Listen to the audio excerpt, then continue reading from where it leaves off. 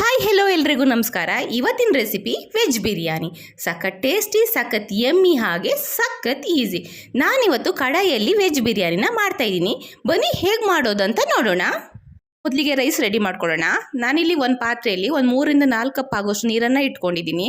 ಹಾಗೆ ಇದಕ್ಕೆ ಒಂದು ಸ್ವಲ್ಪ ಉಪ್ಪು, ಹಾಗೆ ಒಂದು ಹಸಿಮೆಣಸು ಮತ್ತೊಂದು ಸ್ವಲ್ಪ ಎಣ್ಣೆ ಅಥವಾ ತುಪ್ಪನ ಹಾಕ್ಕೊಳ್ಳಿ. ನೆಕ್ಸ್ಟ್ ಇದಕ್ಕೆ ಸ್ವಲ್ಪ ಸ್ಪೈಸಸ್ನ ಆ್ಯಡ್ ಮಾಡ್ಕೊಳ್ಳೋಣ.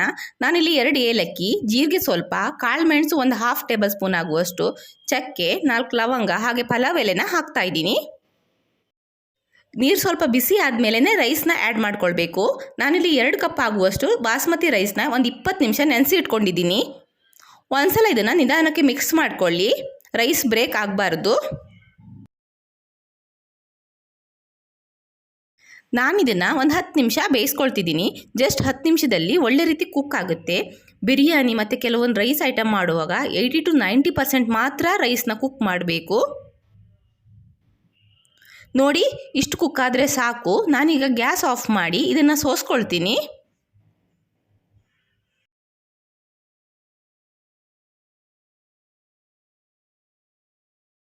ನೆಕ್ಸ್ಟ್ ಒಂದು ಕಡಾಯಿಗೆ 1 ಟೇಬಲ್ ಸ್ಪೂನ್ ಆಗುವಷ್ಟು ತುಪ್ಪನ ಹಾಕ್ತಾ ಇದ್ದೀನಿ.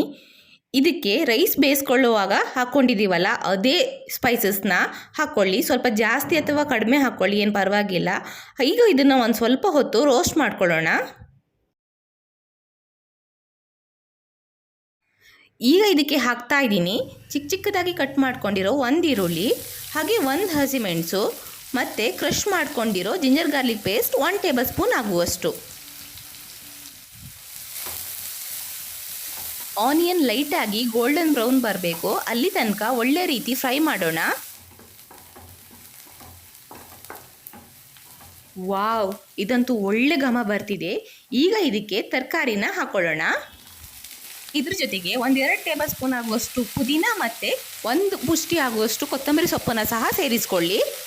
ಹೈ ಫ್ಲೇಮಲ್ಲಿ ಜಸ್ಟ್ 1 ನಿಮಿಷ ಇದನ್ನ ಒಳ್ಳೆ ರೀತಿ ಫ್ರೈ ಮಾಡ್ಕೊಳ್ಳಿ. ನಾನಿಲ್ಲಿ ಕ್ಯಾರೆಟ್, ಬೀನ್ಸ್, ಬಟಾಣಿ, ಆಲೂಗಡ್ಡೆ ಇದಿಷ್ಟನ್ನು ಹಾಕ್ಕೊಂಡಿದ್ದೀನಿ. ನಿಮ್ಮ ಹತ್ರ ಗೋಬಿ ಇಲ್ಲ ಮಶ್ರೂಮ್ ಇದೆ ಆದರೆ ಅದನ್ನು ಸಹ ಸೇರಿಸ್ಕೊಳ್ಳಿ, ತುಂಬ ಒಳ್ಳೆಯದಾಗುತ್ತೆ. ಈಗ ಇದಕ್ಕೆ 1-2 ಟೇಬಲ್ ಸ್ಪೂನ್ ಆಗುವಷ್ಟು ಬಿರಿಯಾನಿ ಪೌಡರ್, ಹಾಗೆ 1/2 ಟೇಬಲ್ ಸ್ಪೂನ್ ಆಗುವಷ್ಟು ಚಿಲ್ಲಿ ಪೌಡರ್, ಹಾಗೆ ಒಂದು ಸ್ವಲ್ಪ ಅರಿಶಿನ ಮತ್ತು 1/2 ಟೇಬಲ್ ಸ್ಪೂನ್ ಆಗುವಷ್ಟು ಉಪ್ಪು ಇದಿಷ್ಟನ್ನು ಹಾಕ್ಕೊಳ್ತಿದ್ದೀನಿ.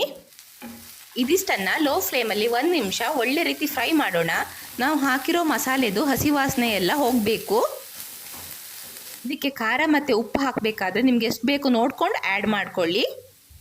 ನೆಕ್ಸ್ಟ್ ಇದಕ್ಕೆ ಮೇಯ್ನ್ ಇಂಗ್ರೀಡಿಯೆಂಟ್ಸ್ ಮೊಸರು. ನಾನಿಲ್ಲಿ 3/4 ಕಪ್ ಆಗುವಷ್ಟು ಮೊಸರನ್ನು ಹಾಕ್ಕೊಳ್ತಾ ಇದ್ದೀನಿ. ಮೊಸರನ್ನು ಆ್ಯಡ್ ಮಾಡ್ಕೊಳ್ಬೇಕಾದ್ರೆ ಕಂಪ್ಲೀಟಾಗಿ ಲೋ ಫ್ಲೇಮಲ್ಲೇ ಇಟ್ಕೊಂಡು ಇದನ್ನು ಆ್ಯಡ್ ಮಾಡ್ಕೊಳ್ಳಿ. ಹಾಗೆ ಇದನ್ನು ಒಳ್ಳೆ ರೀತಿ ಮಿಕ್ಸ್ ಮಾಡ್ಕೊಳ್ಳಿ. ನಾನಿದಕ್ಕೆ ಸ್ವಲ್ಪ ಕೂಡ ನೀರನ್ನು ಸೇರಿಸ್ತಿಲ್ಲ. ವೆಜಿಟೇಬಲ್ಸ್ ಕಂಪ್ಲೀಟಾಗಿ ಮೊಸರಲ್ಲೇ ಕುಕ್ ಆಗಬೇಕು.